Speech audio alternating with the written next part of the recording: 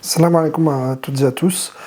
Moi c'est Koumail, je suis responsable d'unité communication au centre Imam Rida et j'ai décidé de faire cette vidéo suite à la polémique qui est née autour de la présence de Saïd Ammar Nakshawani à Bruxelles. Alors avant toute chose, je tiens à présenter à l'ensemble de la communauté musulmane mes condoléances pour le martyre du prophète et de l'imam Rida alayhi salam. Et ensuite on va rentrer directement dans le vif du sujet. Qui est Saïd Ammar Nakshawani? Pourquoi sa présence est-elle problématique? Et quel est notre avis et quel est le rôle du centre Imam Rida ainsi que de l'ensemble des fidèles dans leur participation à la naissance du prophète Mohammed sallallahu alayhi wa sallam. Avant toute chose, Saïd Ammar, c'est quelqu'un qui est originaire de Londres, qui est irakien de base. Il a été l'un des premiers, si on veut, à initier les discours en langue du pays dans lequel il vit. Donc il a été l'un des premiers à faire des discours en anglais, qui a exigé de la part des associations où il donnait des discours d'avoir du son qualitatif, une qualité de vidéo importante. Il fut l'un de ces premiers qui ont également appris à utiliser les réseaux sociaux et à médiatiser justement le contenu des discours autour de la famille d'Ahl-Bayt et de leur patrimoine intellectuel. Saïd Ammar, c'est également une personnalité très très connue dans le monde. Il a intervenu à maintes reprises sur des émissions britanniques pour prendre des positions au nom de l'islam et des musulmans. Il a également écrit un livre qui s'appelle Liberté, Égalité, Fraternité, qui a été préfacé par Tariq Ramadan. Saïd Ammar a fait de multiples choses hyper intéressantes pour l'ensemble de la communauté. Donc suite à cela, Saïd Ammar est une réelle personnalité intéressante et il a fait mille et une choses pour l'ensemble de la communauté, notamment en contribuant à la création de l'Haraka al-Husayniya, qui est un mouvement en Grande-Bretagne qui organise des activités pour les jeunes et les enfants, et plein d'autres projets, notamment en participant également aux différentes émissions du Imam Hussein TV3. Donc Saïd Ammar a vraiment une personnalité hyper intéressante. C'est pour cette raison que j'aimerais parler avec vous de ce qui a posé problème chez Saïd Ammar à un moment donné dans sa carrière d'intellectuel chiite à travers l'Europe et dans le monde. Donc Saïd Ammar, ça reste quand même l'orateur numéro 1 le plus écouté dans le monde. Ça reste quelqu'un qui est également à l'affût de l'actualité et qui a une conscience sociale et politique hyper intéressante. Il était l'un des premiers, si on veut, intellectuels chiites à s'exprimer ouvertement au moment de la naissance de Daesh sur les exactions qui étaient commises par ce mouvement-là. Saïd Ammar a également été l'un des premiers à justement parler de l'actualité et de ce qui posait problème, en commençant par l'interdiction du foulard, allant jusqu'à l'imposition du foulard dans certains pays musulmans, et en passant par différents phénomènes de société qui se sont produits là et là-bas. Et donc, Saïd Ammar, c'est pas n'importe qui. C'est quelqu'un qui est également un universitaire, qui est un docteur en histoire, et qui siège à la chaire Imam Ali à Cambridge, qui est une université connue dans le monde. Donc, à côté de ça, je tiens quand même à rappeler à tout le monde qu'ici, on a deux choses. On a la personnalité religieuse qui a été formée et qui est un étudiant de Saïd al-Sistani en Irak, al-Najaf. Donc, il a montré à maintes reprises, justement, ses certificats, ses diplômes qui disent que voilà, il est bien reconnu comme étant un Sayyid, un descendant de Mohammed wa al-Muhammad alayhi salam. Et par la même occasion, il a également montré aussi les différents niveaux qu'il a acquis tout au long de sa carrière d'intellectuel et tout au long de sa carrière d'étudiant, si on va à la Hawza al-Almiya d'al-Najaf.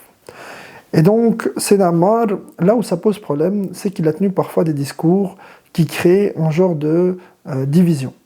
Alors, le plus gros problème, et ce qu'on lui reproche aujourd'hui, c'est l'ambiguïté autour de la tendance Shirazi. Qu'est-ce que la tendance Shirazi? La tendance Shirazi est adepte de l'idéologie Akhbari. Je vous invite à vous renseigner là-dessus sur YouTube et dans les différents bouquins que vous trouverez. Dans cette tendance, on a un focus qu'on met sur la division entre les musulmans, notamment en ce qui concerne la communauté sunnite. Donc on ne cherche pas à unir les musulmans, mais il y a une forme d'opposition entre les uns et les autres. Parce que nous avons été victimes, donc aujourd'hui nous nous comportons comme des opposants, comme des agresseurs si on veut, d'une certaine façon. Notamment avec cette fameuse phrase, cette fameuse narration qui dit « Et ne les insultez pas seulement, et augmentez l'insulte et les malédictions sur eux ». Donc ça, c'est une narration très connue dans leur tendance. Saïd Ammar, donc, il entretient une certaine ambiguïté. Étudiant et adepte de la pensée de Saïd al-Sistani en ce qui concerne la jurisprudence, et en même temps proche de la tendance Shirazi. Que dire de lui? Est-ce un Shirazi ou n'en est-ce pas un? Alors, ça, je laisse tout le monde chercher, faire ses recherches à ce sujet. Il a très clairement expliqué que sa famille, historiquement, a toujours été très proche de la tendance Shirazi, cependant, qui sont aussi des adeptes et des fidèles de Sayyid Ali Sistani. Quelque chose qui est assez important, parce que Sayyid Ali Sistani et Sayyid Ali Khamenei, que je vais vous présenter très prochainement, sont très liés au niveau de leur jurisprudence. Ce sont les deux plus grands savants. Sayyid Ali Sistani est celui qui est le plus grand à travers le monde parce qu'il est le plus représenté, il a le plus d'adeptes à travers le monde. Sayyid Ali Khamenei, quant à lui, il a un double rôle. Il a la casquette de référent religieux et en même temps, il a un rôle politique. Nous, on va s'arrêter vraiment sur la question religieuse de référent religieux et c'est là où ça pose problème. C'est parce que Sayyid Ammar, l'an dernier, il a tenu un discours au sein de l'association mondiale des Khoja, là où il a tenu un discours très attaquant, très offensant à l'égard de Sayyid Ali Khamenei, de la tendance qui est la sienne et du mouvement politique autour de lui. Sayyid Ammar s'en est pris à lui pour de multiples raisons.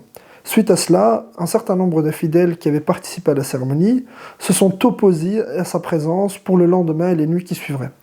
Et donc Sayyid Ammar, n'ayant pas d'autre solution, a fait un communiqué où il présentait ses excuses. Juste avant que lui-même présente ses excuses, l'Association mondiale des Khoja a condamné fermement, notamment en citant également les différents représentants de Sayyid Ali Sistani à Londres.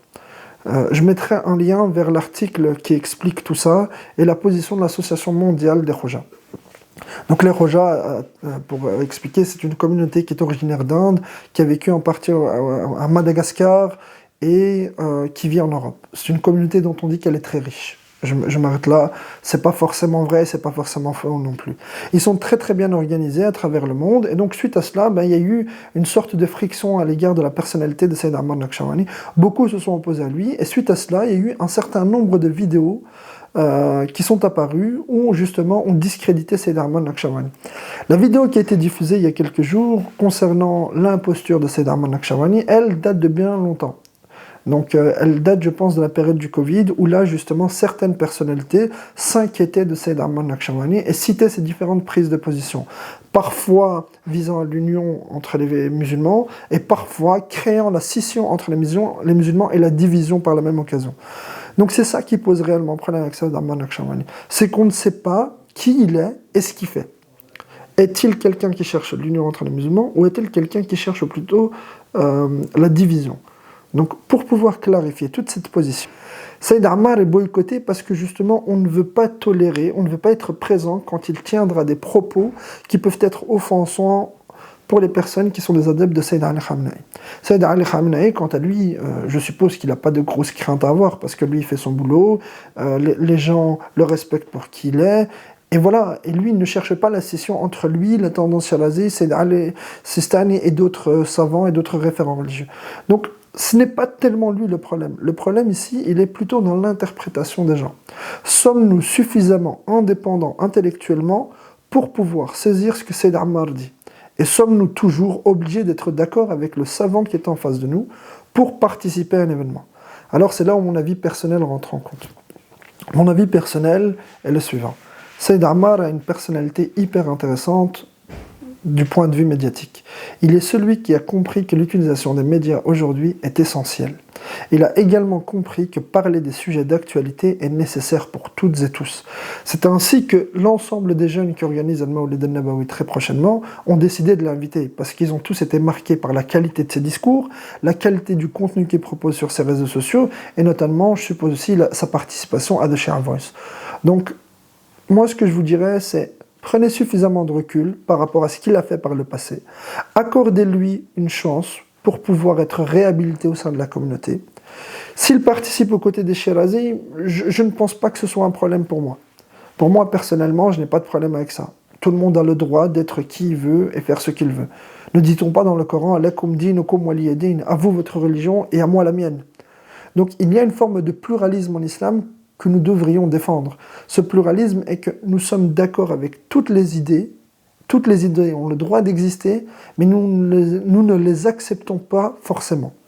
Alors pour cette raison, je vous dirais, rendez-vous le 1er octobre pour écouter Sayyid Ammar, tirez un maximum de profit de ce qu'il a à vous apporter. Maintenant, le centre Imam Reda, bien évidemment, en tant que lieu de culte rattaché à la référence religieuse de Sayyid Ali Khamenei n'encouragera pas les fidèles à y aller. Tout simplement parce qu'on estime que ce que dit Sayyid Ammar Nakshawani sur Sayyid Ali Khamenei est problématique. Et nous, en tant que fidèles de la pensée du courant de Sayyid Ali Khamenei, on ne peut pas vous dire « allez-y ».